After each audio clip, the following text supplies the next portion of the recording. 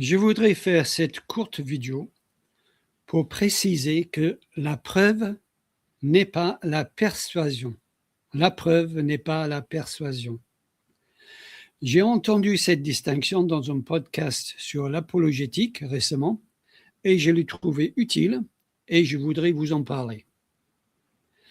Quelqu'un pourrait me dire, mais si ta méthode présuppositionnaliste est si formidable comme tu le prétends, pourquoi alors est-ce que ça ne fonctionne pas sur les gens à qui tu parles sur YouTube? J'ai regardé tes vidéos et j'ai lu des commentaires et pour l'instant, d'après ce que j'ai vu, tu n'as réussi à convaincre personne. Donc, ta méthode n'est pas si formidable que ça, parce qu'elle ne fonctionne pas, tout simplement. Voilà une objection possible. Et c'est pour cette raison que je veux souligner la différence entre preuve et persuasion.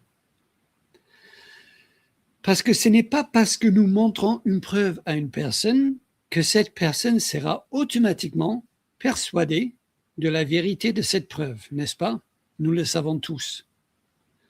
Nous pouvons très bien lui montrer une vraie preuve et cette personne peut très bien ne pas la croire. Des gens croient des tas de choses pour tout un tas de raisons diverses et variées.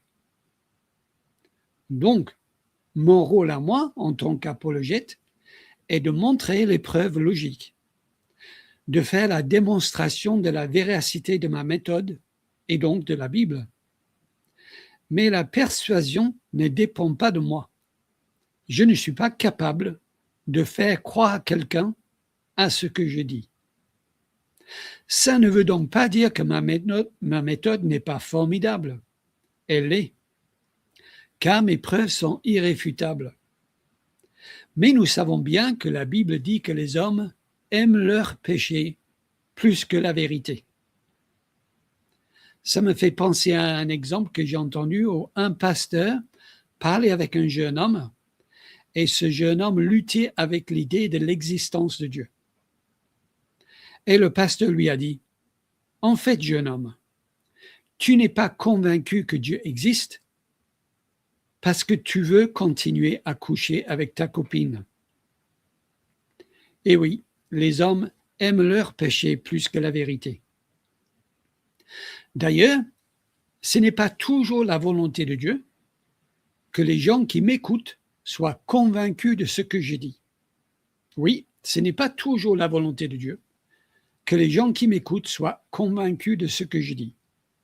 C'est le Saint-Esprit qui décide si je serai un parfum de vie ou un parfum de mort pour les hommes, selon 2 Corinthiens, chapitre 2, versets 15 et 16.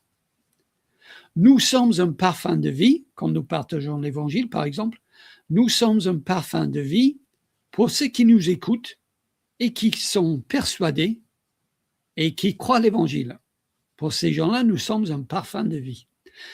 Et nous sommes un parfum de mort pour ceux qui nous écoutent et qui ne sont pas persuadés de ce que nous disons et donc qui rejettent l'Évangile. Pour ces gens-là, nous sommes un parfum de mort et le Saint-Esprit, c'est le Saint-Esprit qui décide si nous serons un parfum de vie ou un parfum de mort. Donc, la preuve n'est pas la persuasion. Ce n'est pas parce que j'ai prouvé un fait que la personne est automatiquement persuadée par ce fait. Cette œuvre-là est au-dessus de mes capacités, au-dessus de mes forces, et dépend exclusivement, je parle de la persuasion bien sûr, et dépend exclusivement de la volonté du Saint-Esprit. Donc, pour résumer, moi je prouve, mais Dieu persuade. Et j'ajouterai que Dieu persuade la personne si c'est sa volonté.